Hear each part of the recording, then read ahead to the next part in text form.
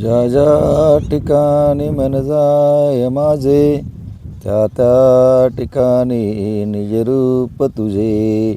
आम्ही ठेवितो मस्तक ज्या ठिकाणी, ते सद्गुरुराया तुझे पाय धोनी. ते सद्गुरुराया तुझे पाय धोनी. गुरु थोर म्हणावा की देव थोर म्हणावा, आदी नमस्कार कोणाशी करावा. समर्थाशी वाटे गुरु, देवाहुनी गुरु आहे तोर. जयाच्या कृपे भेटे रघुराजवीर, जयाचे कृपे भेटे रघुराजवीर. बोला कुंडली गवर्देव हरी विठ्ठल. श्री ज्ञानदेव तुकाराम, पंढरीनाथ भगवान की जय.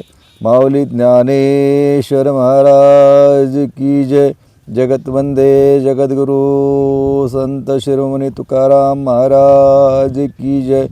शांती ब्रह्म एकनाथ महाराज की जय. छत्रपती शिवाजी महाराज की जय. छत्रपती संभाजी महाराज की जय.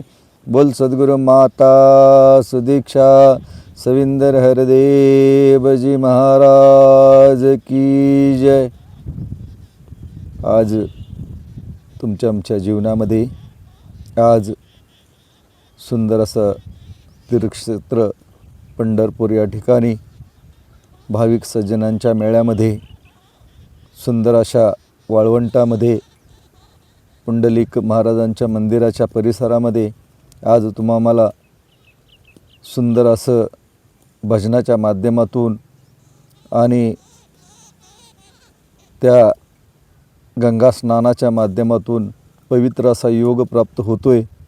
कारण तुमच्या आमच्या जीवनामध्ये तुम्ही आम्ही भक्ती करत असताना आज प्रत्येक वेळी ती आज सांसारिक सुख ह्या परमेश्वराकडून मागण्यासाठी त्या प्रतिमेच्या माध्यमातून, त्या मूर्तीच्या माध्यमातून आज मनुष्याचा स्वभाव आहे की प्रत्येक वेळी ते परमात्म्याकडे मागणी करत असतात. परंतु समर्थ एका ठिकाणी सांगतात की नाना देवांच्या नाना प्रतिमा लोक धरिती धरून प्रेमा, परंतु ज्याच्या प्रत्यक्ष प्रतिमा तो प्रत्यक्ष परमात्मा आधी जाणला पाहिजे. की समर्थ सांगतात की बाबा रे, दुसऱ्या बाजूनं सांगतात की जगी सुरव सुखी असा कोण आहे, विचारी मना तू चर शोधून पाहे. मना त्वार चरे पूर्वसंचित केले आणि तयासारखे भोगणे प्राप्त झाले. समर्थ सांगतात की बाबा रे, जगामध्ये सुखी कोण आहे. कारण प्रत्येक जण तो सुखाच्या पाठीमागे लागला आहे. मग त्याला वाटते की भरपूर संपत्ती एकत्र केल्यामुळं माझ्या जीवनामध्ये सुख प्राप्त होईल. मग त्या संपत्तीच्या माध्यमातून तो केवळ आज पाहत नाही की माझ्या जीवनामध्ये किती वर्षाचा माझा चांगला मित्र होता, किती वर्ष त्या चुलत्यांनी, काकांनी, मामांनी माझ्यावरती काही परोपकार, काही संस्कार घडवलेत. त्या गोष्टीची कधीच तो विचार न करता केवळ त्याच्या जीवनामध्ये तो इतका पळत सुटला आहे की बाबा रे, त्याच्या जीवनामध्ये त्या स्वार्थामुळं त्याचे मन आंधळे झालेले आहे. आणि त्याच गोष्टीचं आज वास्तविक पाहता संत हे सांगत असतात की बाबा रे, तुझं जगामध्ये कोण नाही. कारण जनपळ भर म्हणतील हाय हाय, मी जाता कीर्ती राहील काय. रामही गेले कृष्णही गेले, त्या वाचून काय जग ओस पडले. जनपळ भर म्हणतील हाय हाय, मी जाता कीर्ती मागे काय राहील. बरोबर रामचंद्रासारखा अवतार झाला, अवतार कार्य करून त्यांना देखील ब्रह्मलीन झाले. प्रभू श्रीकृष्ण परमात्मा ब्रह्मलीन झाले. मग माझ्या जीवनामध्ये मला देखील तीच रीत आहे. कारण मृत्यूनं म्हणे थोर थोर, मृत्यूनं म्हणे अवतार, मृत्यूनं म्हणे अवतार भगवंताचे. आयाशो जायगा राजा रंक या फकीर, की प्रत्येकाला दिवशी जन्म झाला त्या दिवशी माझा मृत्यू देखील निश्चित आहे.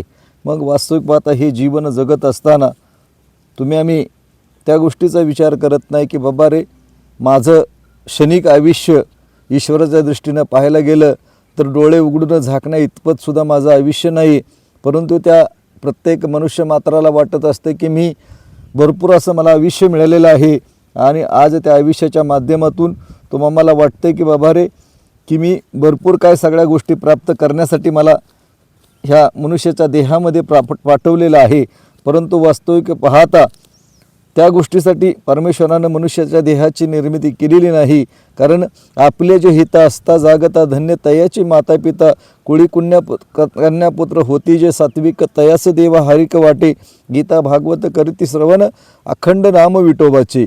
कारण अखंड ह्या परमात्म्याचं नाम स्मरण करण्यासाठी आणि प्रत्येक श्वासाश्वासाला या परमेश्वराचं नामस्मरण करून केवळ ह्या इहलोकामधून परलोकामध्ये जाण्यासाठी जो माझा प्रवास आहे तो सुखकर होण्यासाठी मनुष्याची योनी परमेश्वरानं प्राप्त करून दिलेली आहे. परंतु आज केवळ मनुष्य मात्र प्रापंचिक सांसारिक कर्म करून त्याच्यामध्ये सुख शोधण्याचा प्रयत्न करतोय. त्याला वाटतंय की मी भरपूर संपत्ती भरपूर ऐश्वर्य प्राप्त केल्यामुळं, परंतु किती जरी पिढ्याचं तुम्ही आज इथं धन कमवून ठेवलं तर ती शेवटी जाताना फुटी कवडीसुद्धा जात नाही. कारण एक शायर देखील सांगतो की कपन को कभी जेब नाही होती. कारण आया प्रत्येकजण आलेला खाली हातानं जाणार आहे. मग आज त्या गीतकारानं देखील सांगितले, ऐक मानवा बाई तू राम नाम घेई नरासारखा नर जलमाला आल्या संसारी आल्या संसारी. गे गे गे हरिनाम घे माया सारी सोडून दे हात लावून नशिबाला कारण तुसडाई डाईया संसारा पायी या संसारा पायी. तू म्हणशील बायका पोर हे तर तुझ्याच मागची चोर मेल्यावरती खापर फोडतील तुझ्याच डोक्यावर मेल्यावरती खापर फोडतील तुझ्याच डोक्यावर. गे गे गे हरिनाम घे माया सारी सोडून दे हात लावून नशिबाला कारण तुसडाई डाईया आल्या संसारी या आल्या संसारी. तू म्हणशील घरदार हे हितच राहील सार मेल्यावरती आपलं घर गावाच्या बाहेर. गे गे गे हरिनाम घे माया सारी सोडून दे हात लावून नशिबाला कारण तुसडाई डाईया आल्या संसारी या आल्या संसारी. तू म्हणशील गोडे हाती त्याची क्षणात होईल माती रावण मेला तशीच होईल गती. गे गे गे हरिनाम घे माया सारी सोडून दे हात लावून नशिबाला कारण तुसडाई डाईया आल्या संसारी आल्या संसारी. की वास्तविक पाहता आल्यानं संसारा उठा वेग करा चरण धरा पांडुरंगा. कारण लोग ह्या पांडुरंगाचं चरण धरा, त्या पांडुरंगाची प्राप्ती करून घ्या. साधू संत सांगत असतात की साधू संत सांगून गेले बोध त्यांचा घेई बोध त्यांचा घेई. सावधान होई वेड्या सावधान होई सोने आणि रूपे आम्हा मृत्यू के समान मृत्यू के समान. साधू संत सांगून गेले बोध त्यांचा घेई बोध त्यांचा घेई. सावधान होई वेड्या सावधान होई.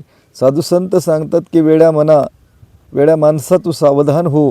कारण ज्या गोष्टीसाठी तू घरदार महाल माड्या कमवतोय त्या किती जरी कोट्यावधीची महालमाडी जरी असली तरी तुम्हाला 8 ते हा देह सोडशील हे ब्रह्मलीन होतील तुझा मृत्यू होईल त्यावेळेस लय तर 2 तास 4 तास 8 तास 10 तास त्या घरामध्ये तुला त्या भिंतीला टेकवलं जाईल आणि मात्र शेवटची आंघोळ मात्र तुझी त्या बंगल्याच्या बाहेरच होणार.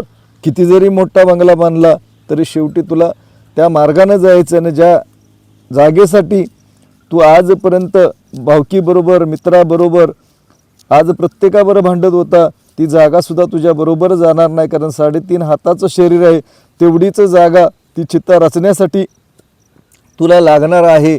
आणि ती चित्ता ज्यावेळेस पेटवली जाईल त्यावेळेस त्याची देखील राख होऊन जाणार आहे. मग ह्या जागेसाठी मग जागा कुणाची, माडी कुणाची, शेवटी तुला हे सगळं सोडून इथं जायचं आहे. मग आज प्रत्येक वेळी साधुसंत ते जागृत अवस्था प्राप्त करण्यासाठी प्रत्येक मनुष्य मात्राला युगानुयुगे तो संदेश देतात की बाबा रे, तुला कोणत्या गोष्टीसाठी परमात्म्याने ह्या भूतलावरती पाठवले, तुझं आद्य कर्तव्य काय. कारण त्या मानव मात्राला सांगितले की म्हणे घोडे हाती, कारण हत्ती घोडे असू द्या, सोन्याची तुमची नगरी असू द्या, ते देखील संपूर्ण गुंजभर सोनं देखील प्रत्येकाला जाताना मिळत नाही. मग आज तुमच्या आमच्या जीवनामध्ये ज्या गोष्टीसाठी, संपत्तीसाठी मी लढतोय, केवळ साधुसंतांनं ते हरिकीर्तन केलं, पारायण केलं, चिंतन केलं, वाऱ्या केल्या, तीर्थाटन केलं आणि त्याच्या माध्यमातून तो भक्ती साध्य करण्याचा प्रयत्न केला. कारण परमात्मा हा कृपासाध्य आहे, परंतु आम्ही हा संसार कृपासाध्य समजतो आणि त्या संसारामधून सुख शोधण्याचा प्रयत्न करतो.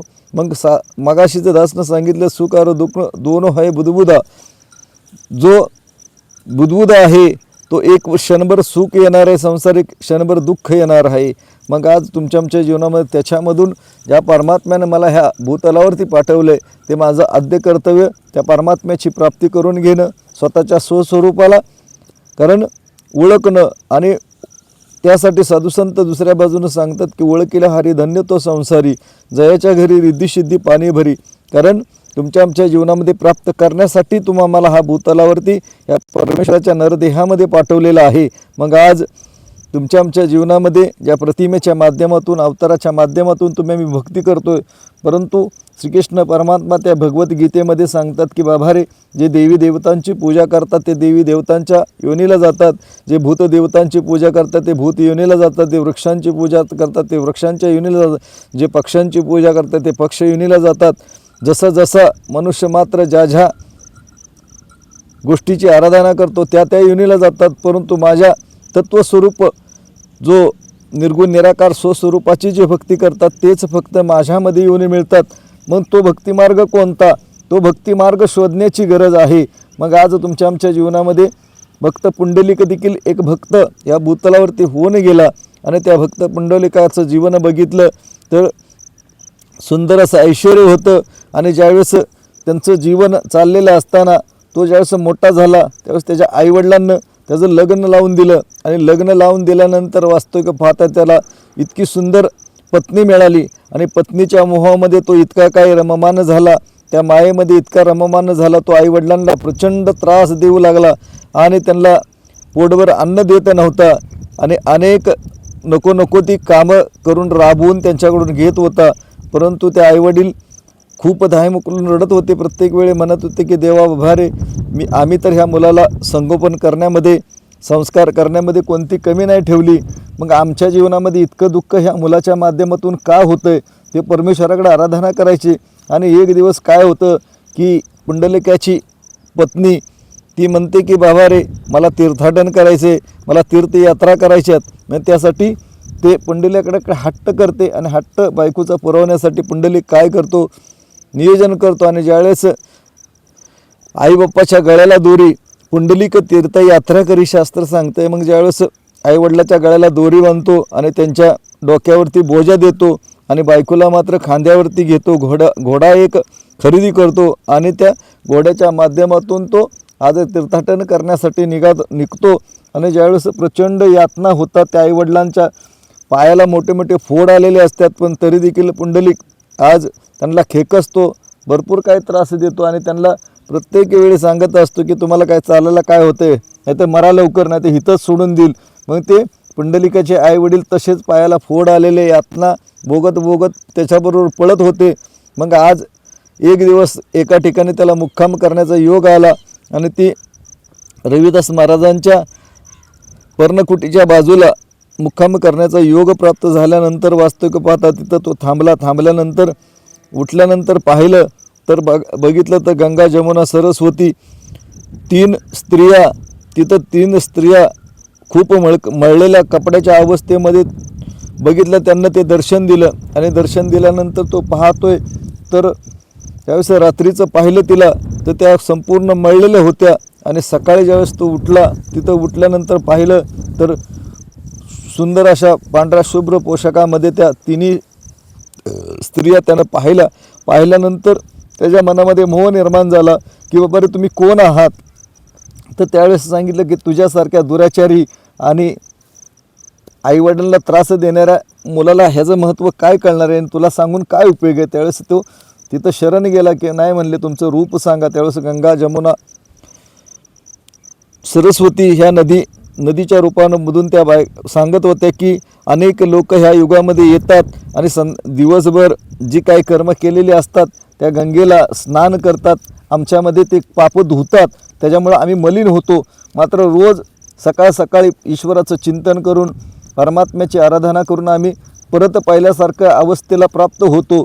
मग ज्यावेळेस असं त्या तिन्ही नद्यांना सांगितल्यानंतर त्यावेळेस मग रविदास महाराजांच्याकडे जाण्याचा योग प्राप्त झाला. त्या पर्णकुटीमध्ये गेल्यानंतर तो पुंडलिक विचारतो की बाबा रे तुम्ही काय कर्म करताय. तेव्हा रविदास महाराजांच्या डोक्याला दोरी बांधलेली होती केसाला आणि ते मुंडकं हलवून ते हातानं चप्पल शिवण्याचा व्यवसाय करत होते आणि ते करत असताना पुंडलिक विचारतो की तुम्ही हे दोरी का डोक्याला बांधली. त्यावेळेस सांगितलं तुझ्यासारख्या दुराचारी व्यक्तीला ह्या गोष्टीचं महत्त्व कळणार नाही. आणि मग वास्तविकता कळणार नाही म्हणल्यानंतर का नाही कळणार की ज्यावेळेस मग त्यानं दाखवलं की आईवडील झोपाळ्यावरती असतात आणि हा रविदास महाराज त्याला झोका देत असतात. तर त्यावेळेस मग कुंडलिक सांगतो की बाबा रे की मी आत्तापर्यंत भरपूर असं आईवडिलांना त्रास दिला, इथून पुढं आईवडिलांची काळजी करेल, त्यांचं सेवा करेल. आणि त्यावेळेस त्या दिवसापासून वास्तविक पाहता पुंडलिक सेवा करायला लागला, इतका सेवा करायला लागला आणि सेवा करत असताना देवाला देखील त्याची दया आली की इतका मोठा आईवडिलांची सेवा करणारा ह्या भूतलावरती कोणता भक्त आहे. त्या भक्तीच्या करुणेच्या माध्यमातून पुंडलिक वास्तविकता सेवा करत असताना आईवडील त्याच्या मांडीवरती झोपलेले असतात डोकं ठेवून. आणि ज्यावेळेस देव येतो आणि देव विठ्ठल परमात्मा आल्यानंतर त्याला म्हणतो की बाबा रे मी तुला भेटायला आलो आहे. त्यावेळेस पुंडलिक म्हणतो तुला कुणी बोलवलं आहे, मला आईवडील माझे झोपलेले त्यांच्या झोपेचा नाश नाही करायचा. आणि असलेली बाजूला वीट भिरकवली की जोपर्यंत आईवडील निद्रावस्थेत आहे तोपर्यंत मी तुला भेटू शकत नाही. आणि वास्तविकता वीट भिरकवली आणि आईवडिलांची सेवा झाल्यानंतर विठ्ठलाची प्रत्यक्ष अनुभूती आज त्या पुंडलिकाला प्राप्त झाली. मग त्या पुंडलिकाने इतकं मोठं विविचारी कर्म केलं होतं तरी देखील त्या भक्ताला परमेश्वरानं तारून नेलं. मग आज अजामेळा पापी तरला, गणिका वेशात तरली.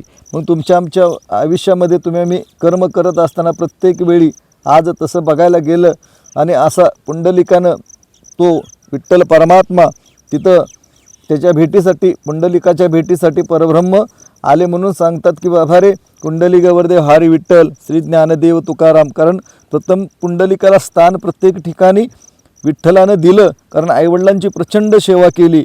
मग आज साधुसंत सांगतात की आज तुमच्या आमच्या जीवनामध्ये जीवन जगत असताना प्रापंचिक कर्म करत असताना आपण वृद्ध व्यक्तींचा आदर केला पाहिजे, अनादर केला नाही पाहिजे. प्रत्येक वेळी ज्यावेळेस मनुष्य मात्राचा तुमच्यामध्ये संबंध येतो आहे त्या प्रत्येकाला केवळ परमात्म्याचं स्वरूप समजून प्रत्येक जीवाचा आज आदर केला पाहिजे.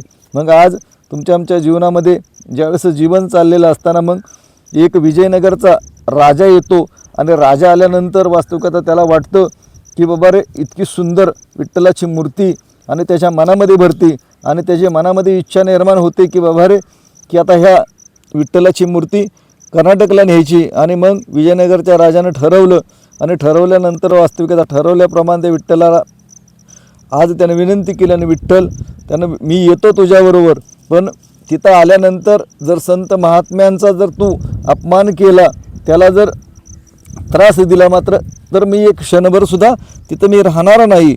मग वास्तविक आता तिथं गेल्यानंतर त्या पुंडलिकाला आज विठ्ठलाला प्राप्त केलं होतं, पण विठ्ठल परमात्मा आज पंढरपुरामधून त्या राजावर कर्नाटकमध्ये गेला.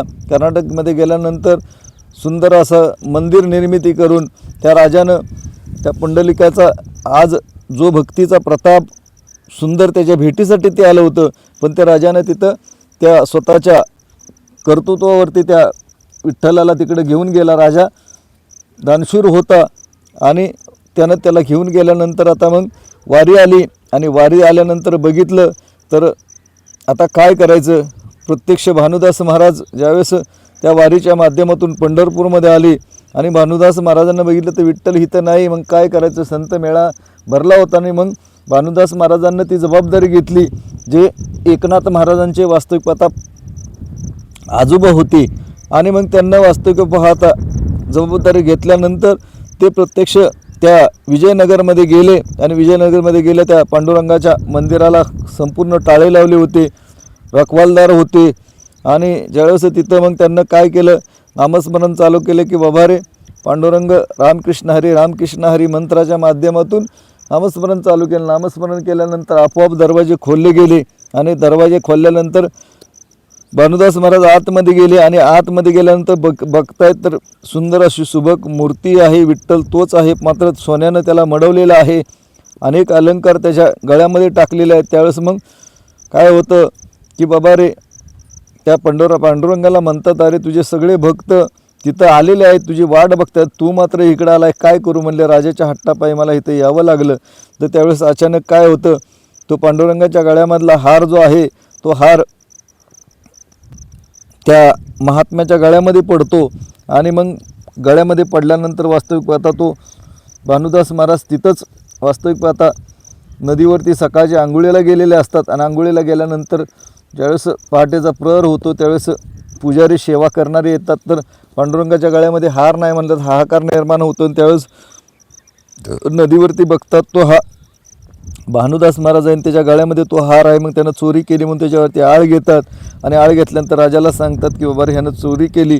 मग राजा मग त्या सुळावरती त्याला सुळाला बांधतो आणि सुळाला बांधल्यानंतर बाबा रे मग त्या भानुदास महाराज तरीसुद्धा घाबरत नाहीत, ते विठ्ठलाचं नामस्मरण करतात. शेवटी विठ्ठला तुझ्याच हातामध्ये सर्व काय, तूच तारणारानं मारणार आहे, मला काय, मी कुठेही असलो तरी मी चिंतन करत असणं. मग आज ते चिंतन नामस्मरण करत करत त्या सुळाला देखील पालवी फुटते आणि पालवी फुटल्यानंतर ही वाऱ्यासारखी वार्ता राजापर्यंत पोचते. आणि राजापर्यंत पोचल्यानंतर वास्तविक पाहता तिथं गेले आणि गेल्यानंतर बघितलं तर राजानं त्या साधूची माफी मागितली, क्षमा मागितली, देवाची मागितली.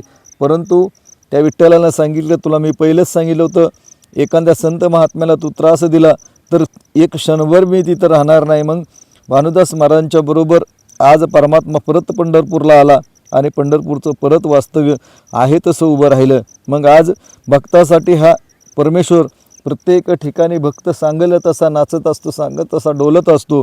मग आज हे जीवन चाललेलं असताना मग दुसऱ्या बाजूनं आज श्रीकृष्ण परमात्म्यानं देखील आज प्रत्येक ठिकाणी त्या गोष्टीच्या भक्तीविषयी अनेक कला निर्माण करून त्या भक्तांना एकरस असा आनंद दिलेला आहे.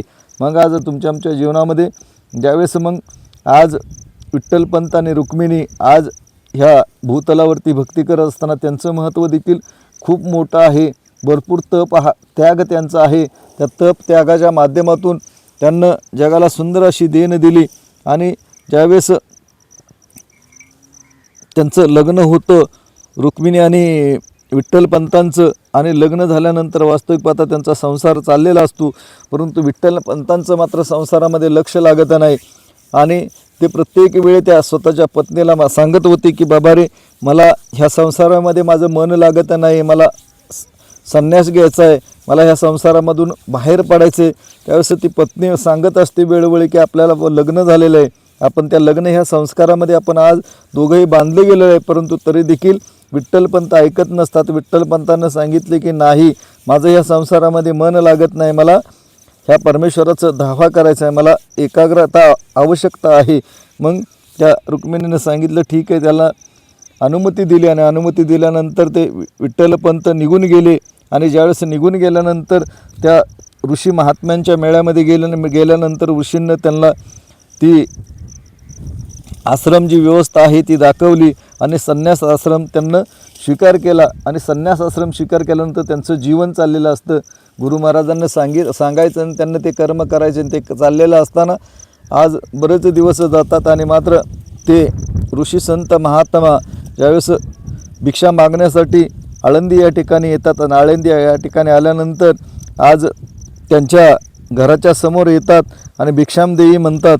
आणि ज्यावेळेस विठ्ठलपंतांच्या बाहेर त्यांची पत्नी येते आणि त्यांना भिक्षा देते आणि भिक्षा दिल्यानंतर सौभाग्यवती अष्टपुत्र सौभाग्यवती असा आशीर्वाद दिल्यानंतर ते मात्र तशीच धाई मुकलून खाली बसते आणि रडायला लागते.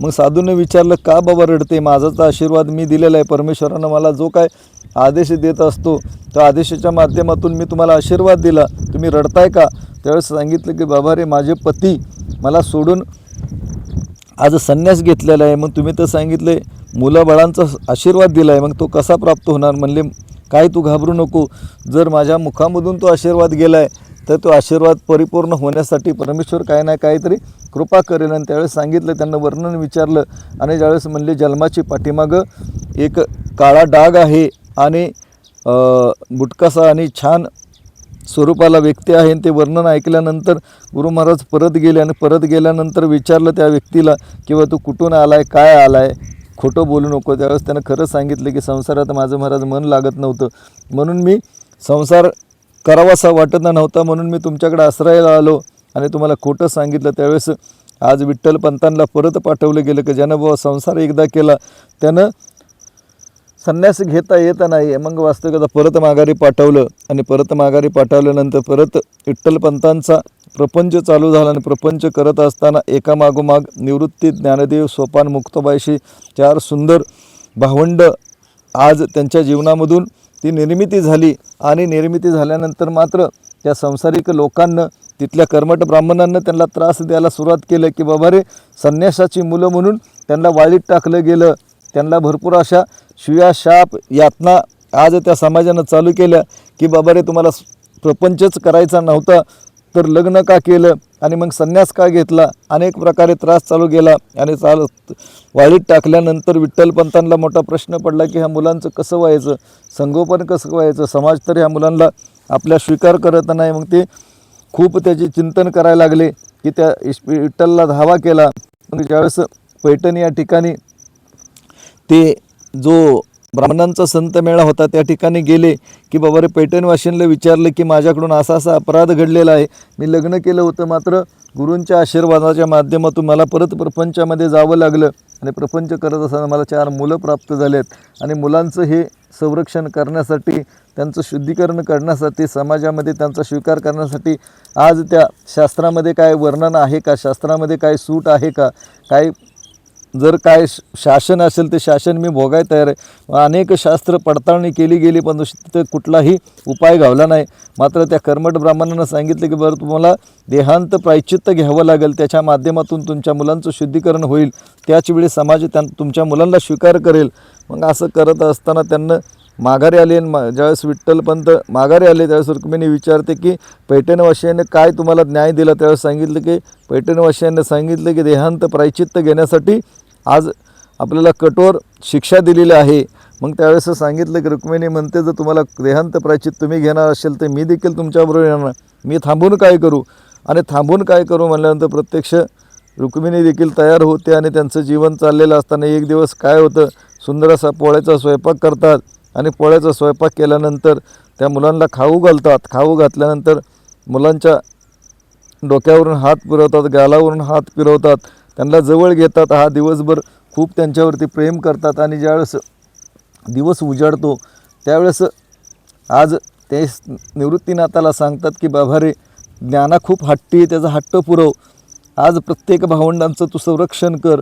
आणि संरक्षण कर म्हणल्यानंतर असं करून ते लोक आज मग रात्रीचा पहर होतो, एकामेकाकडे ते पाहत हुंदके देत रडत असतात आणि रात्र मुलांच्याकडे बघत बघत जाते आणि त्यावेळेस मध्यरात्री होते आणि मध्यरात्रीचे ते मुलांना टाकून त्या नदीवरती जाऊन देहांत प्रायश्चित्त घेतात. आणि देहांत प्रायश्चित्त घेतल्यानंतर वास्तविक आता सकाळचं उठल्यानंतर ती चिठ्ठी निवृत्तीनाथांना सापडते की बाबा तुमच्या शुद्धीकरणासाठी, समाजाने स्वीकार करण्यासाठी आम्हाला पैठणच्या ब्राह्मणांना ते पत्र लिहिलं होतं. ते पत्र पैठणच्या ब्राह्मणाला दाखवून तुमचं शुद्धीकरण करून घ्या. आणि ते पत्र दिलेलं पाहून निवृत्तीनाथ वास्तविक आता ते एकामेकाला बिलगून रडायला लागले की आईवडिलांचा आता अंत झालेला आहे, आपलं कसं व्हायचं. मग असं एकामेकाचं जीवन चाललेलं असताना मग ती मुक्ताबाई छोटी होती परंतु ती पुढं करायची लढीवाळीपणे. आईनं जे काय स्वयंपाक करत होती तो मला थोडा थोडा येईल आणि मग त्या भावंडांना ती मुक्ताबाई ती सर्व काही करू लागली आणि त्यांचा आज जीवनचर्या चालू झाला, परंतु समाज मात्र त्यांना स्वीकार करत नव्हता. संन्याशाची मुलं म्हणून दगड मारत होत्या, चिखल टाकत होत्या. त्यांच्या झोळीमध्ये जर गेले भिक्षा मागायला तर माती टाकायचे, दगड टाकायचे आणि इतक्या मोठ्या यातना त्यांना चालू केला. आणि ते सगळं कर्म करत असताना थोडं ते मोठे होत गेले आणि मोठे होत गेल्यानंतर ते हरिकीर्तन त्या परमेश्वराची चिंतन करत करत त्यांचं जीवन चाललेलं असतं. जे काय भिक्षा मिळेल ती भिक्षा घ्यायची आणि असं करत असताना भरपूर असा त्या भावंडांना त्रास दिला. आणि मग वास्तविक पाहता त्यावेळेस एक दिवस ज्ञानेश्वर माऊली आज भिक्षा मागाय गेले होते आणि भिक्षा मागाय गेलेले असताना भरपूर असा त्रास दिला. लोकांना पाणी टाकलं, घाण टाकली, माती टाकली आणि भरपूर शिव्याशाप दिला. एक दिवस ज्ञानेश्वर माऊली आले आणि ताटी लावली आणि त्यांचा प्रकोप झाला.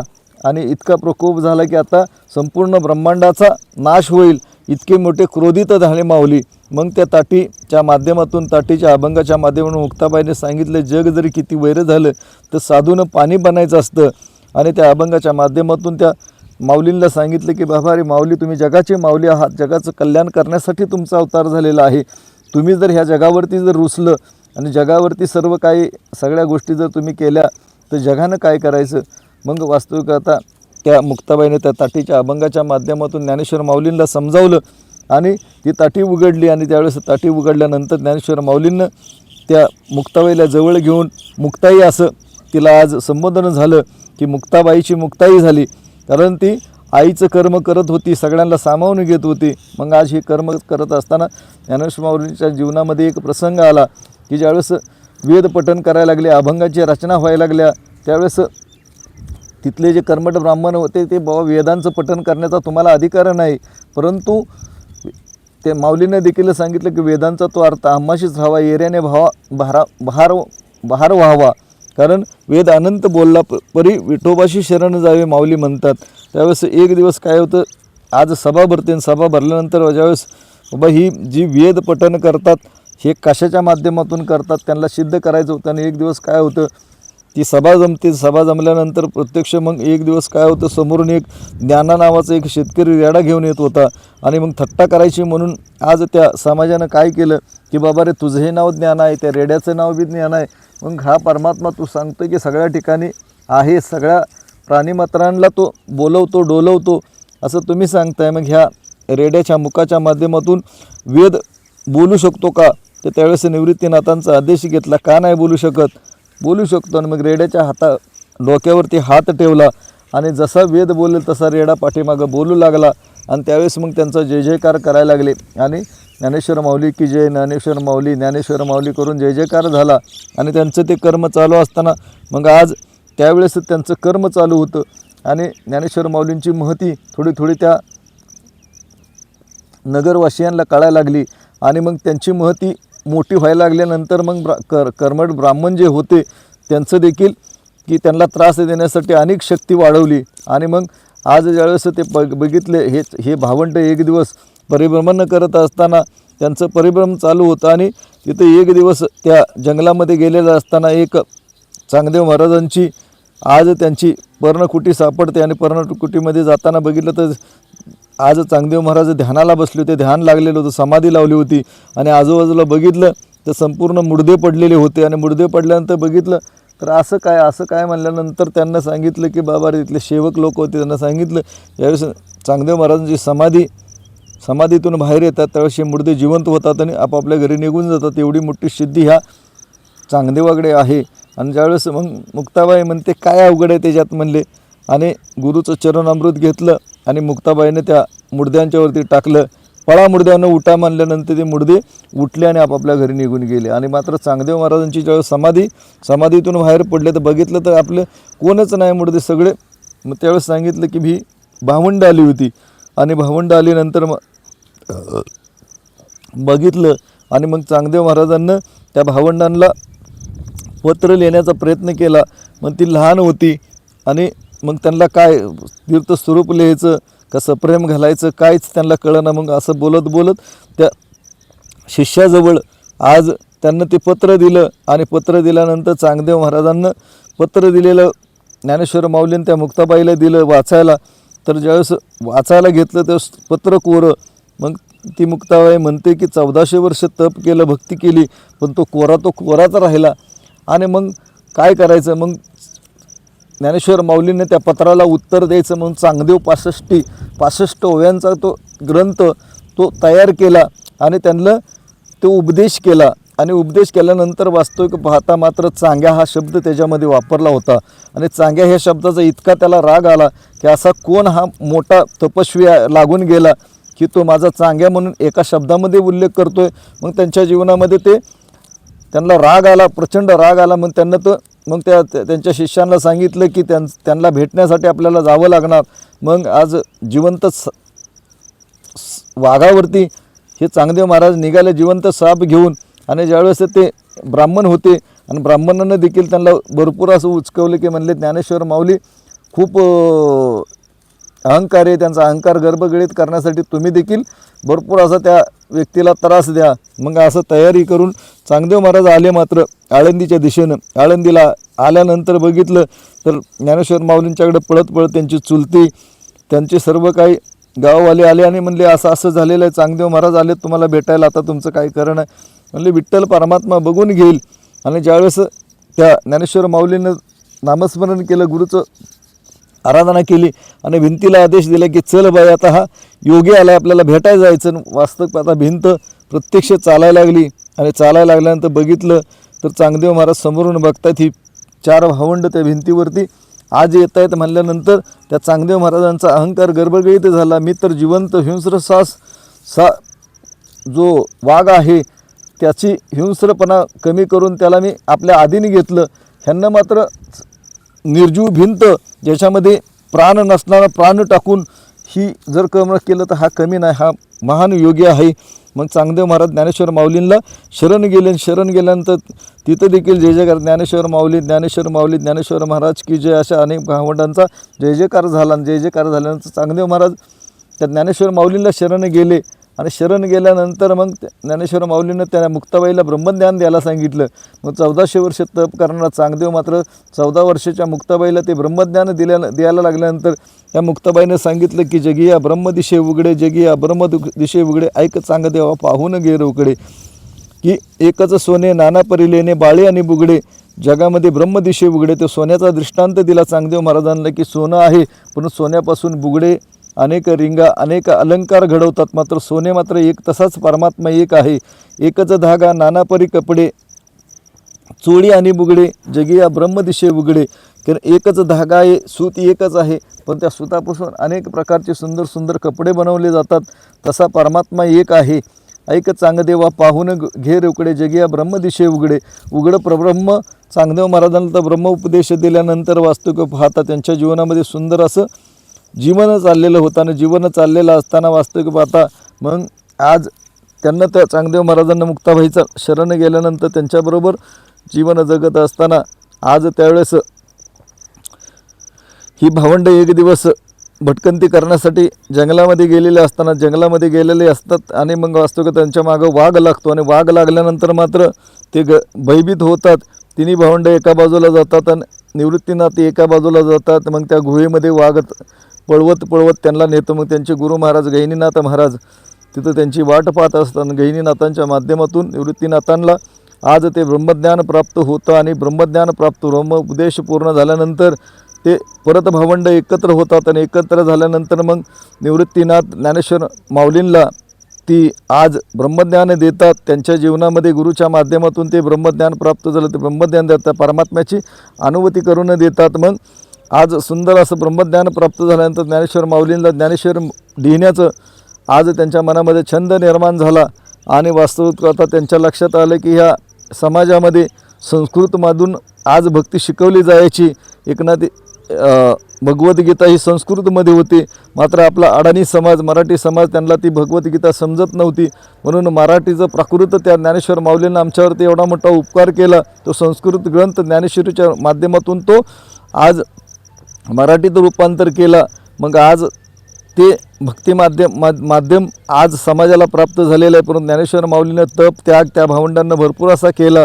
त्यांच्या आईवडिलांना देहांत प्रायश्चित्त घेतलं. आपल्या समोर जर मृत्यूचं नाव जरी काढलं तरी आपला थरकाप होतो. मग त्यांना तर प्रत्यक्ष मृत्यूदंडाला सामोरं जाऊन या भावंडांसाठी आज तप आणि त्याग केला. मग तुमच्या आमच्या जीवनामध्ये ते जीवन चाललेलं असताना प्रत्येकाला वाटतं की माझ्या जीवनामध्ये भक्ती करत असताना परमात्म्याची प्राप्ती व्हावी, ईश्वराची प्राप्ती व्हावी. परंतु आज तुमचं आमचं जीवन तुम्ही पाहत नाही. आज प्रत्येक वेळी आज संत नामदेव असू द्या, जनाबाई असू द्या, मीराबाई असू द्या, प्रत्येक संत महात्म्यानं परमात्म्याची प्राप्ती करून घेत असताना अनेक प्रकारे तसं पाहायला गेलं तर ज्ञानेश्वरीसारखा सुंदर ग्रंथ ज्ञानेश्वर माऊलीने दिला. तुमच्या आमच्यासारखा तिथं असता तर वास्तविकता त्या समाजाला त्रास दिल्यानंतर समाजापासून बाजूला जाऊन त्या समाजाला शिव्याशाप दिल्या असत्या. परंतु ज्ञानेश्वरीसारखा ग्रंथ निर्माण केला की ओम नमो जय आद्य वेद प्रतिपाद्या जय जय सविद्या आत्मरूपा देवा तूची गणेश सकळ मती अवधारी जिजू. कारण संपूर्ण जगाला प्रकाश देणारा गणेश परमात्मा निर्गुण निराकार परमात्म्याचंच वर्णन संपूर्ण त्या ज्ञानेश्वर माऊलींनं ते वर्णन केलं आहे. तिथं मग कुठलाही त्यांना वर्णन केलं नाही की समाजानं मला भरपूर त्रास दिला, जोळीमध्ये भिक्षा नाही दिली, आमच्या आईवडिलांना देहांचं प्रायश्चित्त घ्यावं लागलं, ह्या कोणत्याही गोष्टीचं वर्णन केलं नाही. कारण संत हे वास्तविक आता परोपकाराचे मूर्तिमंत अवतार असतात. मग आज त्यावेळेस त्यांना ते वर्णन देखील केलं नाही. मग हे सगळं चरित्राच्या माध्यमातून पुढं कसं आलं. मग समकालीन संत नामदेव महाराज हे त्यांच्या जीवनामध्ये आले आणि जीवनामध्ये आल्यानंतर त्यांचा ते भरपूर असं तप आणि त्याग पाहायला त्यांच्या कानावरती पडला. आणि ज्यावेळेस त्या काळामध्ये नामदेव महाराजांच्या बरोबर विठ्ठल परमात्मा ज्यावेळेस त्यांचं जीवनचरित्र तुम्ही पाहिलं तर ज्यावेळेस एक दिवस नैवेद्य दाखवण्यासाठी नामदेव महाराज त्या विठ्ठलाच्या मंदिरामध्ये आले आणि ज्यावेळेस तो नैवेद्य खायला लावला त्यावेळेस पांडुरंग खायना म्हणल्यानंतर त्या पांडुरंगाला म्हणले की डोकं आपटून गेल, डोकं फोडून गेल, तुला खावाचं लागेल. वडिलांच्या माध्यमातून तो नैवेद्य खातो ना, माझा खात नाही म्हणून त्यांना हट्ट केल्यानं त्या मूर्तीमधील प्रगट येऊन विठ्ठलानं प्रत्यक्ष नैवेद्य खाल्ला. मग असं कर्म करत असताना आज विठ्ठलानं नामदेवानं सांगायचं आणि विठ्ठलानं प्रगट व्हायचं. असं आज 72 वेळा संत नामदेवासाठी हा विठ्ठल परमात्मा कीर्तनामध्ये भोजनामध्ये आला. आणि त्यावेळेस सांगितलं की बाबा रे तुला संत मेळ्यामध्ये जावं लागेल. संत मेळ्याला ज्यावेळेस आळंदीला पाठवलं आणि पाठवल्यानंतर नामदेव महाराज ज्यावेळेस जसे आळंदीला गेले, आळंदीला गेल्यानंतर संत मेळा भरला होता. गोरोबा काका, सोपान मुक्ताबाई, अनेक संत महात्मा योगी पुरुष होते. आणि त्यावेळेस बघितलं की बाबा रे ब्रह्मसभा भरली होती. प्रत्येकानं नामदेव महाराजांचं दर्शन घेतलं. मुक्ताबाई मात्र दर्शन घेतलं नाही. मुक्ताबाई म्हणली अखंड देवाचा शेजार त्याचा अहंकार अजून गेला नाही, त्याला मी दर्शन नाही घेणार.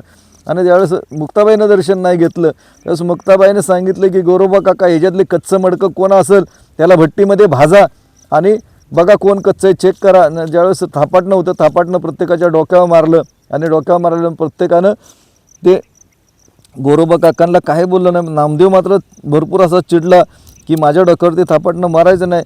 आणि मारल्यानंतर तो चिडला आणि कच्चं मडकं आहे म्हणून त्या संत मेळ्यामध्ये त्यांना घोषित केलं. त्यावेळेस तिथंच तडक निघून गेला रागानं आणि विठ्ठलाला म्हणला की बाबा रे की आयुष्यभर मी तुझ्याबरोबर तुझी भक्ती करतोय, तू माझ्याबरोबर नाचतोय कीर्तनात, माझा शेल्यानं घाम पुसतोय, तरी देखील मी कच्चा कसा. तर त्यावेळेस विठ्ठल परमात्मा सांगतोय की नाम्या तुझ्या प्रेमाची या सवयी मी लटकाचं खेळ खेळत असे, जोवरी नाही माझे दर्शन तोपरी हे स्वप्नीचे धन सांगितलं की जोपर्यंत माझं निर्गुण निराकार स्वरूप तुझ्या जीवनामध्ये प्राप्त होणार नाही, खरं स्वरूप प्राप्त होण्यासाठी तुला आवड्या नागनाथाला जावं लागेल. मग आवड्या नागनाथाला पाठवलं तर विसोबा खेचर स्वामी आज त्या पिंडीवरती पाय ठेवून जिथे जे पिंडीवरती पाय ठेवले होते आणि त्यावेळेस काय म्हणले वेडा का खोळा बाबा रे बाबा हे देवावरती पाय ठेवून बसलाय. आणि त्यावेळेस मग नामदेव महाराजांना सांगितलं की जिथं बाबा रे माझा तर त्राण नाही, तू माझे पाय उचलन ठेव बाजूला. त्यावेळेस जिथं पाय ठेवले तिथे बिंड निघाली. मग पिंडी ते ब्रह्मांडी ते दर्शन नामदेव महाराजांना आज सद्गुरू नाईके मज कृपा केली, माझी वस्तू मज दाखविली डोळा, नामा म्हणे निकी दाखविली सोय, न विसरावे पाय विसोबा खेचराचे. कारण जवळ असणारा परमात्मा विसोबा खेचरांना नामदेव महाराजांना प्राप्त करून दिला. आणि इतकं सुंदर कार्य करत महाराष्ट्रामधून संत महात्मा पंजाब या ठिकाणी गेले आणि पंजाब या ठिकाणी ह्या परमात्म्याचं आज अनुभूती करून देण्याचा योग प्राप्त त्या ठिकाणी झाला. आणि प्रत्येक वेळी साधू संतांना ते कर्म करत असताना पंजाब या ठिकाणी जाऊन सुंदर त्या गुरुग्रंथ साहेब आहेत त्या ग्रंथामध्ये 30% ओव्या नामदेव महाराजांच्या आज अभंगाच्या माध्यमातून त्या ओव्या त्या ग्रंथामध्ये दिलेल्या आहेत. अनेक ठिकाणी नामदेव महाराजांची मंदिरं आहेत. मग आज निरंकारी मिशनच्या माध्यमातून तुम्ही आम्ही जर समजावायला गेलो की परमात्मा निर्गुण निराकार आहे, त्याची प्राप्ती करून घ्या. आज सुदीक्षा महाराज आज अवतरित येतात, ते तुम्ही आम्ही धर्मामध्ये अडकतो. आज पंजाब या ठिकाणी नामदेव महाराजांचा स्वीकार केला. हिथं मात्र पंजाबी आहेत, अनेक प्रकारच्या जाती धर्मामध्ये तुम्ही आम्ही त्या गुरुला अडकवतो. पण गुरुचं म्हणे शरीर त्याचे आयुष्य खंडो म्हणून शास्त्र सांगतं की गुरुला शरीर संबोधन कधी करायचं नसतं. गुरु हा साक्षात भगवंत असतो. गुरु हा आज तुमच्या आमच्या जीवनामध्ये भूतलावरती ह्या परमेश्वराची प्राप्ती करून देण्यासाठी मनुष्याच्या देहामध्ये अवतारित होतात. परंतु तुम्हाला ती गोष्ट कळत नाही म्हणून तुम्ही आम्ही त्या कर्मामधून अडकतो. मग आज तुमच्या आमच्या जीवनामध्ये त्या गोष्टीची गरज आहे. जोपर्यंत तुमच्या आमच्या जीवनामध्ये त्या गोष्टीची आज संत नामदेव महाराजांना आज पंजाब या ठिकाणी भरपूर असं त्या संत महात्म्याला समजावलं, त्यांच्या जीवनामध्ये ते संत कार्य केलं. मग हे कार्य करत असताना प्रत्येक वेळी साधू संत सांगतात की काय या संतांचे वर्णू उपकार मज निरंतर जागविषयी, हे जे निरंतर जागवणारं कार्य आज तुमच्या आमच्या जीवनामध्ये संत महात्म्यांच्या माध्यमातून आज तुम्ही भक्तीचा आनंद घेतोय. परंतु ही भक्ती करत असताना ज्यावेळेस आज तुमच्या आमच्या जीवनामध्ये माहीत आहे की बाबा रे महाभारतासारखं घनघोर युद्ध झालं आणि घनघोर युद्ध झाल्यानंतर वास्तविकता ती गोष्ट मान्य करायला तयार नव्हता की बा श्रीकृष्ण परमात्मा 32 वर्ष तो माझा मित्र आहे, माझा सखा आहे, माझा नातेवाईक आहे. म्हणून त्या मायेमध्ये तो अडकतो की बाबा रे त्याला कळत नाही की श्रीकृष्ण परमेश्वराचा अवतार आहे. त्यावेळेस तो अनेक वेळ समजून सांगतो. ज्यावेळेस महान असं घनघोर युद्ध ज्यावेळेस निर्माण होतं, युद्ध निर्माण होण्याच्या अगोदर आज पांडवांना काय केलं की ते आज खेळ खेळले आणि खेळाच्या माध्यमातून त्यांना संपूर्ण संपत्ती लावली. संपत्ती लावूनसुद्धा स्वतःची पत्नी त्यावरती दाव लावल्यानंतर वास्तविक पाहता आज ते वस्त्रहरण तुम्ही आम्ही शास्त्राच्या माध्यमातून पाहिलं. वस्त्रहरण ज्यावेळेस चालू होतं, कृपाचार्य, द्रोणाचार्य, सर्व भीष्माचार्य, सर्व योगी असतात, 5 पांडव असतात, त्यांचे चुलत भाव देखील असतात. ज्यावेळेस ती क्रिया चालू होते आणि चालू झाल्यानंतर ती द्रौपदी सांगते की बाबा रे आज मला तो काळ आहे, मासिक काळ आहे की तुम्ही कृपा करा. अरे तुम्ही तर मनुष्य आहात, आज देवता योगी मुनी आहात की माझ्यावरती कृपा करा, माझ्यावरती ही लज्जा कर्म करू नका. त्यावेळेस दुःशासन नाही म्हणतो ते करणारच. वास्तविकता ते कर्म चालू केल्यानंतर त्यांना द्रौपदीचं वस्त्रहरण चालू झालं. अनेक काय द्रौपदी गडगडा लोळ ही करत होती, चिंतन करत कृपाचार्य, भीष्माचार्य सगळ्यांना योगी स्वतःच्या 5 पांडवांना विनंती करत होती. परंतु मात्र ते त्यांना वचन दिलं होतं, हारले होते, त्यामुळे ते मदत करू शकलेच नव्हते. आणि मग त्या ऋषीमुनीने देखील त्या पांडवांच्या त्या कौरवांच्या अधीन असल्यामुळे ते देखील मदत करू शकत नव्हते. मग आज द्रौपदीच्या लक्षात आलं की बाबा रे आपल्याला इथं वाचवणारं कोणच नाही. मग त्यांना श्रीकृष्ण परमात्म्याचा धावा केला. सगळ्यांना धावा करून झाल्यावर श्रीकृष्ण परमात्म्याचा धावा केला. धावा केल्यानंतर काय केलं बाबा रे कृष्णा ये. आणि ज्यावेळेस कृष्ण निघाले त्यावेळेस बघितलं, त्यावेळेस द्रौपदी अजून देखील द्विधा मनस्थिती आहे. तिला वाटते की मी माझं स्वतःची लज्जा रक्षण करू शकते. मग तिने दातामध्ये पदर धरला आणि पदर धरल्यानंतर जसा हिसका दुःशासनाने दिला तसा पदर निसटल्यानंतर कृष्ण आता धाव म्हणल्यानंतर कृष्ण ताबडतोब द्रौपदीचं वस्त्रहरण थांबवण्यासाठी गेला. मग डोंगरा एवढा ढीग लागला साड्यांचा, तरी मग शेवटी ते दमून पडले. आणि ज्यावेळेस वस्त्रहरण होऊन दिलं नाही, आज श्रीकृष्ण परमात्म्याने त्या द्रौपदीचं रक्षण केलं. तसा हा पांडवांचा सखा बनला. आणि आज प्रत्येक वेळी मग जीवन जगत असताना घोर अशा कुरुक्षेत्रावरती ज्यावेळेस ती संपत्ती आज ते 5 पांडवांना सुईच्या टोकावरती जेवढी जागा आहे तेवढीसुद्धा जागा देणार नाही म्हणून कौरव सांगायला लागले. मग त्यासाठी युद्ध चालू झालं. युद्ध चालू झाल्यानंतर ज्यावेळेस श्रीकृष्ण परमात्म्यानं त्या अरण्यामध्ये त्या युद्धभूमीवरती अर्जुनाला घेऊन संपूर्ण रथ मध्ये नेला. आणि मध्ये नेल्यानंतर बघितलं तर अर्जुनानं एका बाजूला कृपाचार्य, द्रोणाचार्य, भीष्माचार्य इतके मोठी योगी, आज चुलत भाऊ, मामा, काके सगळे नातेवाईक त्याला दिसायला लागले. आणि ह्यांना मारून मी काय करू, मला हे पापकर्म करायला लावू नको म्हणून कृष्णाला ते म्हणायला लागले. आणि मग त्यावेळेस अर्जुन सांगतोय की बाबा रे ह्यांना मी पहिलेच मारले, तू फक्त कर्तव्य कर्म कर. तरीसुद्धा अर्जुन किंतु परंतु होता. म्हणून अर्जुन मान्यच करायचं तयार नाही. मग त्यावेळेस अर्जुनाला अशा कुरुक्षेत्रावरती आज विश्वरूप दर्शन श्रीकृष्ण परमात्म्यानं दाखवलं. त्या स्वतःच्या तोंडामध्ये संपूर्ण नद्या वाहत आहेत, संपूर्ण वृक्ष आहेत, जलचल प्राणी आहेत, ऋषी कृपाचार्य, भीष्माचार्य द्रोणाचा यांचा अंत होतोय, त्यांच्या चुलत भावांचा अंत होतोय आणि ते घनघोर युद्ध तिथं दाखवल्यानंतर मात्र तो भयभीत झाला आणि ते अकराळ विकराळ स्वरूप बघून वास्तविक पाहता तो घाबरू लागला आणि घाबरू लागल्यानंतर वास्तविक पाहता बाबा रे बा तुझं साजेर गोजेर माझं मला रूप दाखव, तुझं निर्गुण निराकार रूप मला नको आहे. आणि त्यावेळेस श्रीकृष्ण परमात्म्याला अरदास केली आणि त्या सगुण रूपामध्ये परत श्रीकृष्ण परमात्मा आला आणि ते रूप पाहिल्यानंतर मग अर्जुन त्या युद्धासाठी तयार झाला. घनघोर असं युद्ध झालं. युद्ध झाल्यानंतर वास्तविक आता पांडवांचा विजय झाला, कौरव संपूर्ण नाश झाला आणि कौरवांचा नाश झाल्यानंतर वास्तविक पाहता ते संपूर्ण कर्म चालू असताना वास्तविक पाहता मग ते जीवन पुढं चाललं होतं. मग 5 पांडव श्रीकृष्ण परमात्म्याचं ब्रह्मलीन झाले आणि महानिर्वाण झाल्यानंतर श्रीकृष्ण परमात्म्यानंतर ते 5 पांडव वास्तविक पाहता त्यांचं ते जीवन कर्म करत असताना त्यांना देखील शोक प्राप्त झाला ना. शोक प्राप्त झाल्यानंतर ते देखील हिमाचलामध्ये निघून गेले. मात्र परीक्षित राजा त्यांचा जो नातू होता त्या नातूकडं ती संपूर्ण राज्य अभिषेक करून त्यांना गादीवरती बसवलं गेलं. परीक्षित राजा इतका काय भक्ती त्याची इतकी फलद्रूप होती. परमेश्वराचं चिंतन करत होता, भरपूर अशी तो भक्ती करत होता आणि भक्तीच्या माध्यमातून त्याचं जीवन चाललेलं असतं. पण एक दिवस काय होतं, परीक्षित राजा ज्यावेळेस सकाळी उठतो, स्नानाला जातो, स्नानाला नदीवरती गेल्यानंतर पाहिलं तर एक बैल आहे, त्या बैलाचे 3 पाय तोडलेले आहेत आणि गायी आहे आणि ते एकामेकाकडे पाहून रडतायत आणि ते एकामेकाला काहीतरी संवाद चालू आहे. दोघांच्या डोळ्यामधून अश्रूधारा चालू आहे. ते बघतात लांबून आणि लांबून बघतात तर ते कर्म कोण असेल, काय चाललं असेल, त्याच्या मनामध्ये अनेक कल्पना निर्माण होतात आणि तिथे एक व्यक्ती येतो आणि व्यक्ती परत बैलाला मारायला लागतो आणि तो जो राहिलेला पाय आहे त्या पायावरती मारायला लागतो. त्यावेळेस परीक्षित राजा तिथं जातो आणि तिथं गेल्यानंतर बघतो आणि त्या व्यक्तीला बाजूला सारतो, तू बाजूला सो, ह्यांच्यावरती अन्याय करण्याचा तुला अधिकार नाही, माझ्या राज्यामध्ये तू अन्याय करू शकत नाही.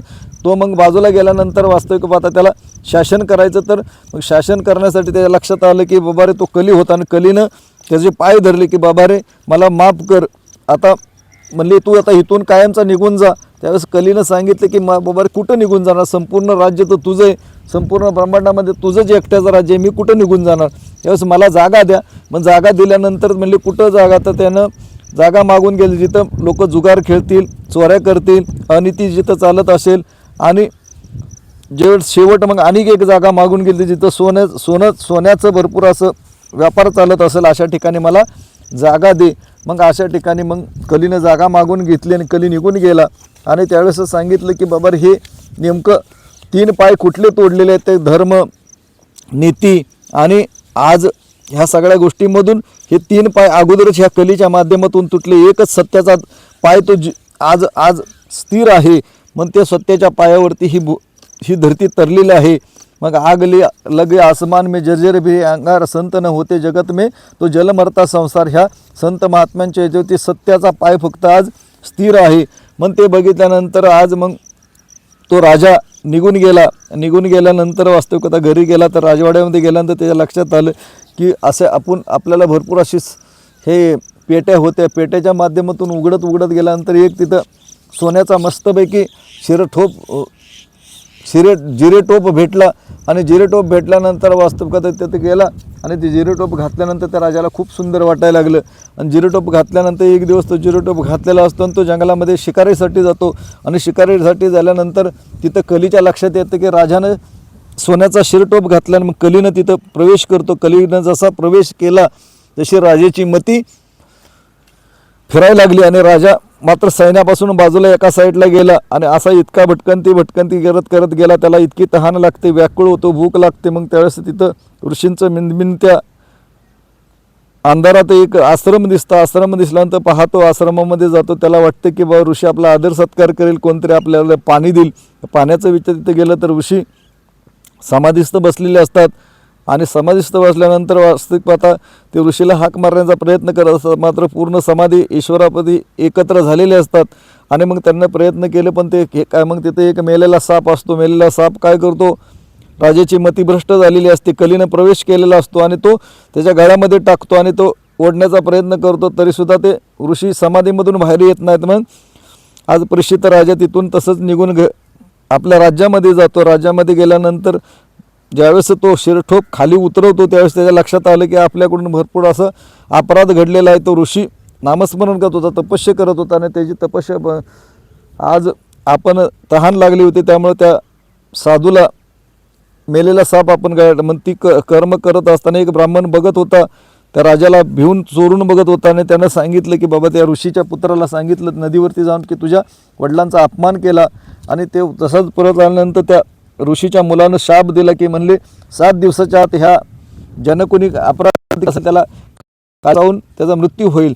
मग ज्यावेळेस तो गडागडा लोळायला लागला, मोठ्या मोठ्याने रडायला लागला, शोक करायला लागला, त्यावेळेस त्या ऋषीची समाधीतून बाहेर आले. त्यावेळेस बघितलं तर त्यानं सांगितलं की राजा असा असा आला होता आणि त्यानं मेलेला साप माझ्या गळ्यामध्ये टाकला आणि त्या मुलानं सांगितलं की तुमचा अपमान केला, अपमानाचा बदला म्हणून मी तिथं शाप दिलेला आहे.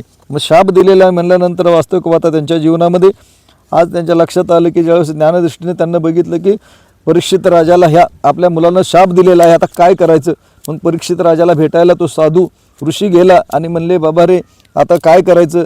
त्या माझ्या मुलानं तर आज माहीत नसल्यामुळं तो शाप दिला गेला, तर रागाच्या भरामध्ये शाप गेला आणि शाप तर निश्चित खरा होणार. आणि मग वास्तविकता त्यावेळेस ऋषीला विचारलं की आता 7 दिवसामध्ये माझा मृत्यू, मला परमेश्वराची गुरुची मोठी माझ्यावरती दया आहे, मला कमीत कमी मृत्यू येण्याचा संकेत तरी कळाला, आणि मग मी काय करायला पाहिजे. नंतर त्या ऋषीनं सांगितलं की ईश्वराचं चिंतन करा, नामस्मरण करा, जेवढा दानधर्म करता येईल तेवढं करा. आणि मग परीक्षित राजाने ते कर्म चालू केलं आणि कर्म चालू केल्यानंतर वास्तविक पाहता आज ते कर्म चालू करत असताना इतके काय त्यांना परमेश्वरामध्ये लीन झाले. परीक्षित राजा इतका मोठा हरिभजन चिंतन करायला लागला, चिंतन करायला लागल्यानंतर आज त्यावेळेस त्यांचं चिंतन चालू होतं आणि देवी देवता स्वर्गीची उपासना करून गेलेल्या त्या देखील त्या भक्ती पाहण्यासाठी आल्या आणि ज्यावेळेस अमृताचे कुंभ घेऊन आलेले होते आणि दुसऱ्या बाजूनं शुक मुनी देखील आले. ते संपूर्ण असा शुभ्र आज एकदम तेज असा पुत्र आल्यानंतर ते बघितलं तर त्यावेळेस सांगितलं की देवी देवतांना सांगितलं की आम्ही अमृताचा कुंभ घेऊन आले, तुला जर अमृत पिऊन स्वर्गाला जायचं असेल तर तू जाऊ शकतोस, तुझी काय इच्छा आहे. त्यावेळेस त्यांना सांगितलं की अमृत पिऊन काय होणार, म्हणले काही दिवसाचं स्वर्गसुख मिळणार नाही, स्वर्गसुख संपल्यानंतर परत तुला जन्ममृत्यूच्या ह्या भूतलावरती यावं लागणार. आणि मात्र शुकमुनींना विचारलं की तुमचे ते आत्मतत्व, तो ब्रह्मसाक्षात्कार अनुभव प्राप्त झाल्यानंतर मला काय होणार. ते त्यावेळेस सांगितलं सद्गती प्राप्त होणार, जन्ममृत्यूच्या राटगाडग्यामधून तुमचं जन्ममरण थांबणार. मग त्यावेळेस परीक्षित राजानं विचार करून सांगितलं की शुकमुनीकडून ब्रह्म उपदेश घेतला, ते अमृत पिलं नाही आणि त्या ब्रह्म उपदेशाच्या माध्यमातून त्याचा भवसागर पार झाला. मग तुमच्या आमच्या जीवनामध्ये ते आज सगळ्यात जगामध्ये सत्य कोणतं आहे तर सत्य परमात्मा आहे. सत्यचे धर्म आणि निर्गुण परमात्मा आज तुमच्या आमच्या जीवनामध्ये त्या राजाच्या जीवनामध्ये आला. राजाच्या जीवनामध्ये आल्यानंतर त्याचा भवसागर पार झाला. तुमच्या आमच्या जीवनामध्ये देखील सद्गुरूच्या माध्यमातून ते ब्रह्मज्ञान घेण्याची आवश्यकता आहे. आणि जोपर्यंत आम्ही ते ब्रह्मज्ञान घेणार नाही तोपर्यंत तुमच्या आमच्या जीवनामध्ये ज्या गोष्टीसाठी ह्या मनुष्याच्या देहामध्ये आम्हाला पाठवलं आहे की आयुष्य वेचून कुटुंब पोषले, काही हित केले सांग बाबा, फुकाची चाकर झालाशी काबाडी, नाही घडी सुख भोगावय तुकामणी आयुष्य, नाशिले आयुष्य पाप ते संचिले पतनाशी. की जगतवंदे जगद्गुरु तुकाराम महाराज म्हणतात आयुष्यभर तुम्ही कुटुंबाचं पालन पोषण करताय, संपूर्ण कर्म करताय, मात्र ज्या परमात्म्यानं या मनुष्याच्या देहामध्ये की प्रपंच करशी निषिधीनी हरीशी भजीशी न कवण्या कोणे ज्ञानदेव म्हणे हरिजप करणे तुटेला धरणे प्रपंचाचे. की ज्ञानेश्वर माऊलीस त्या हरिपाठाच्या माध्यमातून सांगतात की बाबा रे रोज तू प्रपंच करतोय पण परमेश्वरासाठी काय करतोय, परमेश्वराच्या प्राप्तीसाठी तुला परमात्म्यानं पाठवलेलं आहे, परंतु आयुष्यावर आम्ही काबाड कष्ट करतोय, ह्या प्रपंचासाठी स्वतःचा वेळ खर्च करतोय. एखाद्याला म्हणलं की सत्संग कर, प्रवचन कर, कीर्तनाला चल तर लोक म्हणतात की कीर्तन प्रवचन करणं हे आता काय ह्या वयामध्ये करतात का, ज्यावेळेस संपूर्ण संसार झाल्यानंतर ते आपण कीर्तन प्रवचन करायचं असतं. वास्तविक आता तुमच्या आमच्या जीवनामध्ये तरुण जर बघितलं तर आज 16व्या वर्षी छत्रपती शिवाजी महाराजांनी स्वराज्याची स्थापना केली. आज ज्ञानेश्वर माऊलीनं 16व्या वर्षी ज्ञानेश्वरासारखा ग्रंथ प्रगट केला. नवे 21व्या वर्षी आज परिभ्रमण करून वास्तविक पाहता त्यांच्या जीवनामध्ये सुंदर असं भक्तीचं दान समाजाला दिलं.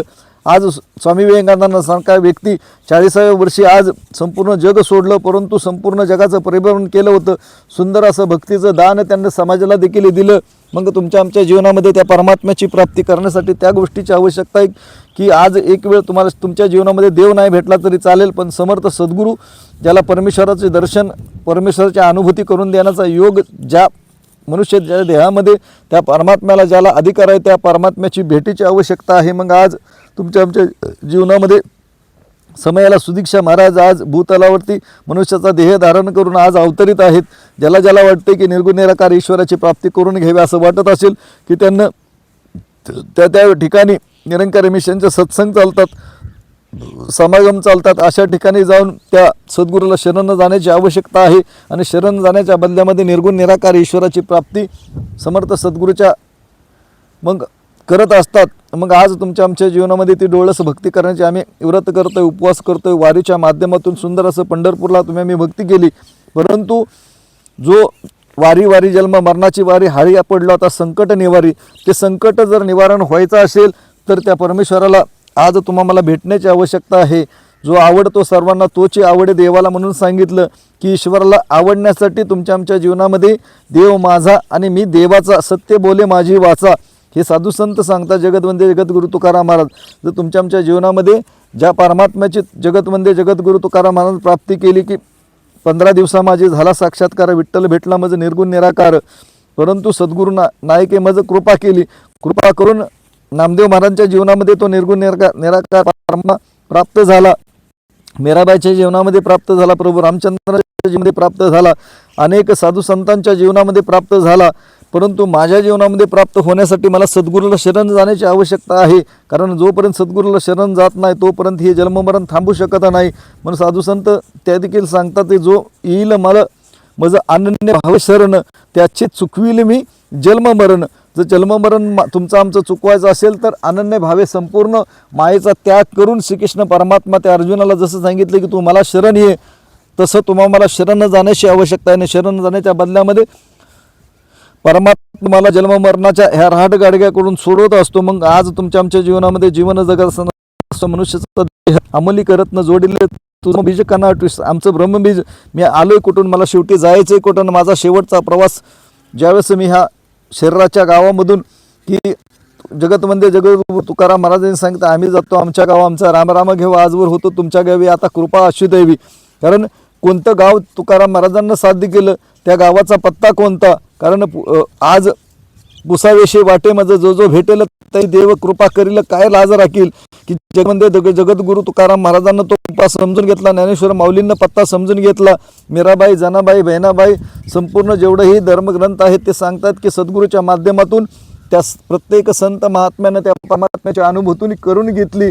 मग आम्हाला शरण जाण्याची आवश्यकता नाही. हे निरंकारी मिशनचे संत महात्मे सांगतात की बाबा रे, एक श्रद्धेच्या बदल्यामध्ये इथं या आणि आपल्या जीवनाचं कल्याण करून घ्या. सद्गुरूला शरण जाऊन तुमच्या आमच्या जीवनाचं जन्ममरण हे थांबवण्यासाठी तुम्हाला हा भूतलावरती ह्या परमेश्वरानं पाठवलेला आहे. मग मला पाठवलेला वास्तुका जन्म आणि मृत्यू ह्यामधलं जे अंतर आहे त्या अंतरामध्ये आपल्याला केवळ परमेश्वराचं चिंतन करायचं आहे, नामस्मरण करायचं आहे आणि संसार करत करत करत आपल्याला त्या परमात्म्याची प्राप्ती करून घेण्यासाठी सुंदर असा मनुष्याचा देह प्राप्त झालेला आहे. मग आज तुमच्या आमच्या जीवनामध्ये साधू संत सांगतात की एवढ्याच्यासाठी केला होता आत्ताचा शेवटचा दिवस गोडा व्हा. प्रत्येकाला वाटतं की माझ्या जीवनामध्ये हा शरीरामधून जीवात्मा जात असताना शरीराला यातना होऊ नयेत, सहज अलगत माझा जीव निघून जावा. परंतु त्या गोष्टीसाठी नामस्मरण, चिंतन, हरिकीर्तन तुम्ही आम्ही करतोय का? आणि त्या गोष्टीची आवश्यकता आहे ज्या आज कलीच्या प्रतापाच्या माध्यमातून आज कलीचा प्रत्येकावरती प्रभाव आहे. प्रत्येकाला वाटतं की आमच्या जीवनामध्ये सुख समाधान माईक गोष्टीमध्ये आजचा मनुष्य मात्र अडकलेला आहे. आज त्याला म्हणले कीर्तनाला चल, प्रवचनाला चल, तो कली त्याला त्या प्रवाहामधून बाहेर पडून देत नाही. मग तुमच्या आमच्या जीवनामध्ये ती गोष्ट करूया की ज्या गोष्टीसाठी मला मनुष्याच्या देहामध्ये परमात्म्यानं पाठवलेले आहे. बाबा रे, आपल्या जे हिता असता जागता धन्य तयाची माता पिता कुळी कन्यापुत्र होती जे सात्विक तयाशी देवा हरिक वाटे घेता भागवत करीती श्रवण अखंड नाम विठोबाचे. कारण आपल्या हिताला जागण्यासाठी आज जगतवंदे जगद्गुरु तुकाराम महाराजांनी दुसऱ्या बाजूने सांगितलं की बाबा रे, क्षणोक्षणी करावा हाची विचार तराव्या पविशिंद नाशिवंत देह जाणार सकळ आयुष्य का तो काळ संत समागमे धरून आवडी करावी तातडी परमात्माची तुकामणी येलुकीच्या घडी जातीय पुन्हा. कारण गेलेला श्वास परत येऊ शकत नाही. जसं झाडाचं तोडलेलं पान परत जोडता येत नाही तसा गेलेला श्वास तुमच्या आमच्यासाठी परत नाही. मग ते श्वास जाण्याच्या अगोदर ह्या शरीरामधून जीवात्मा बाहेर पडण्याच्या अगोदर तुम्हाला ती क्रिया करण्याची गरज समर्थांना केली, तुकाराम महाराजांनी केली, संत नामदेवाने केली, जमाईने मीराबाईने ती सोय करून घेतली. आपलं हित कशात आहे, आपले जे हित असता जागता धन्य तयाची माता पिता. मग कुळामध्ये जर खरंच माझा उद्धार होत असेल तर त्या परमेश्वराला घेण्यासाठी हा मनुष्याचा आज मला जन्म मिळालेला आहे. मग प्रत्येक वेळी जाणारे जाणुरी कल्याण असे सांगती वेदपुराण.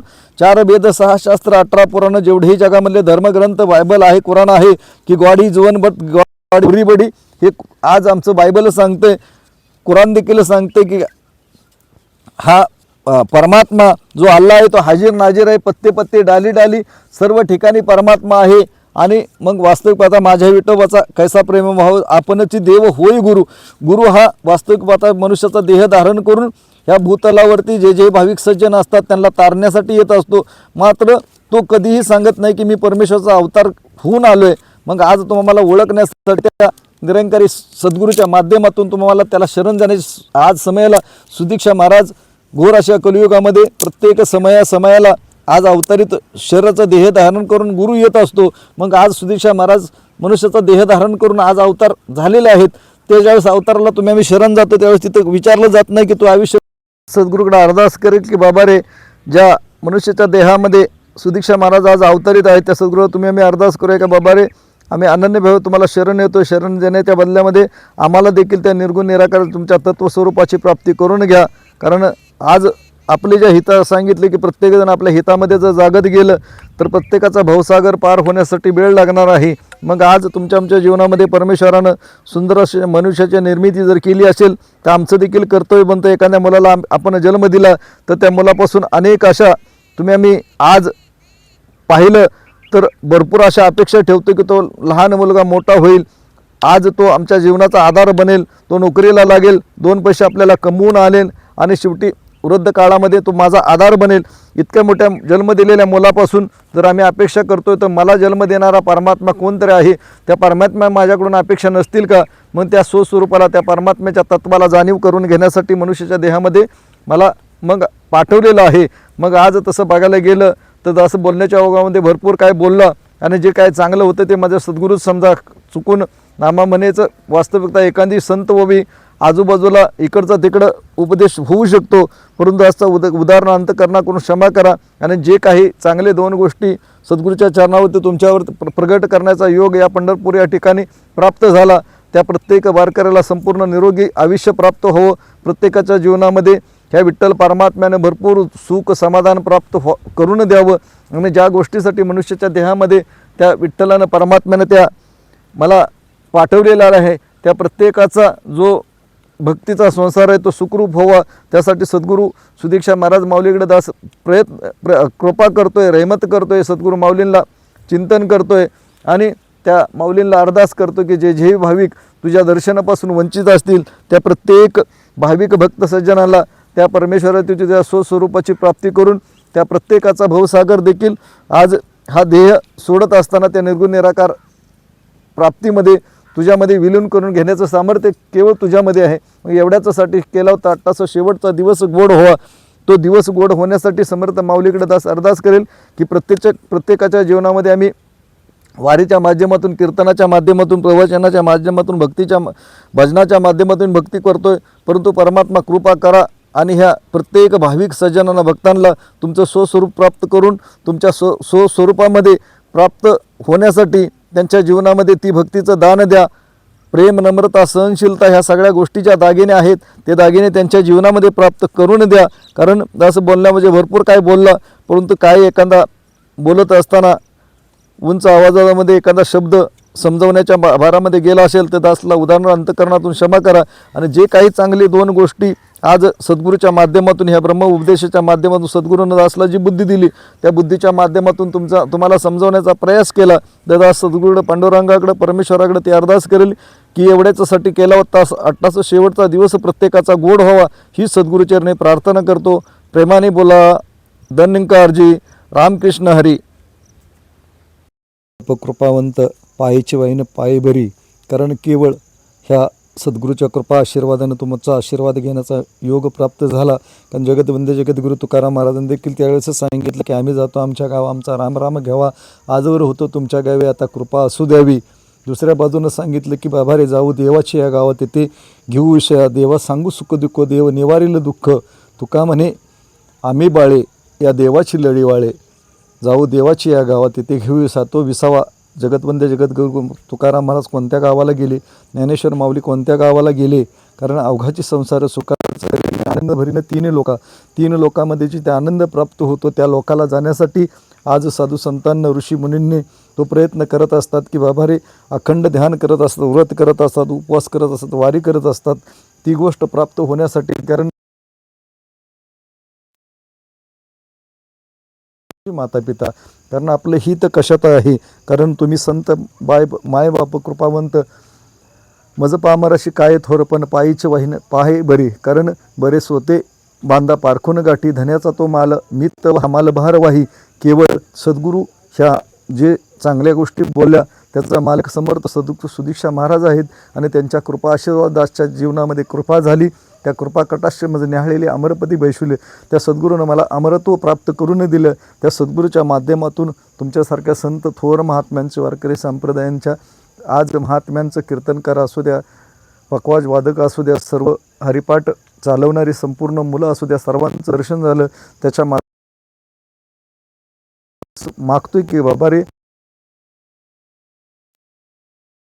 गोष्टीसाठी हे संपूर्ण चिंतन मनन आणि भक्ती करतात, भजन करतात, त्या परमात्म्याचं भजन प्राप्त होण्यासाठी, त्या स्वस्वरूप प्राप्त होण्यासाठी आज प्रत्येकाला वाटत असतं की ती प्राप्ती व्हावी, परंतु कोणत्या नाही कोणत्या माध्यमातून ती भक्ती करत असतात। ती भक्ती फलद्रूप होण्यासाठी सद्गुरुदास अरदास करेल की बाबा रे ह्या प्रत्येक जीवाला जे भक्ती करतायत परंतु तुझ्या तत्वाची जाणीव नाही, त्या निर्गुण निराकार ईश्वराची तुझ्या प्राप्तीची जाणीव नाही, ती तुम्ही दया करा, कृपा करा, ह्या जीवांच्यावरती कल्याण करा आणि त्यांना देखील सुबुद्धी प्राप्त व्हावी की तुमच्या चरणाची जसं पार्वतीला हे प्राप्त ज्ञान होण्यासाठी पार्वतींना हट्ट केला, त्यांना देखील जीवनामध्ये ते हट्ट निर्माण करण्याची बुद्धी प्राप्त होऊ द्या ना, त्यांच्या माध्यमातून केवळ सुदीक्षा महाराज तुम्ही कृपा करा। आज समयाला अवतरित आहात, त्या प्रत्येक जीवाला जे जे भक्ती करतात परंतु तुमच्या दर्शनापासून वंचित असतील त्या प्रत्येक जीवाला तुम्ही जवळ घ्या आणि आपलंसं करून तुमचं जे तत्व स्वस्वरूप ज्ञान आत्मसाक्षात्कार आत्म अनुभूती प्राप्त करून आमच्या जीवनामध्ये जी इहे लोकांनी परलोक सुखाचा झाला त्यांच्या जीवनामध्ये देखील इहे लोकांनी परलोक सुखाचा व्हावा हीच सद्गुरू चरणी प्रार्थना प्रेमाने बोला। धन्यंकरचा रामकृष्ण हरी इतका सुंदर असा योग तुमच्यामुळं प्राप्त झाला, तर सगळ्यांना निरोगी आयुष्य आणि सद्गुरूचं चरण प्राप्त हो एवढ्यासाठी सद्गुरूकडे अरदास करतो। एवढ्यासाठी केला होता आट्टाचा शेवटचा दिवस गोळा व्हावा या सद्गुरूला शरण आणि चुकवा आपलं जन्म मरण। प्रेमाने बोला।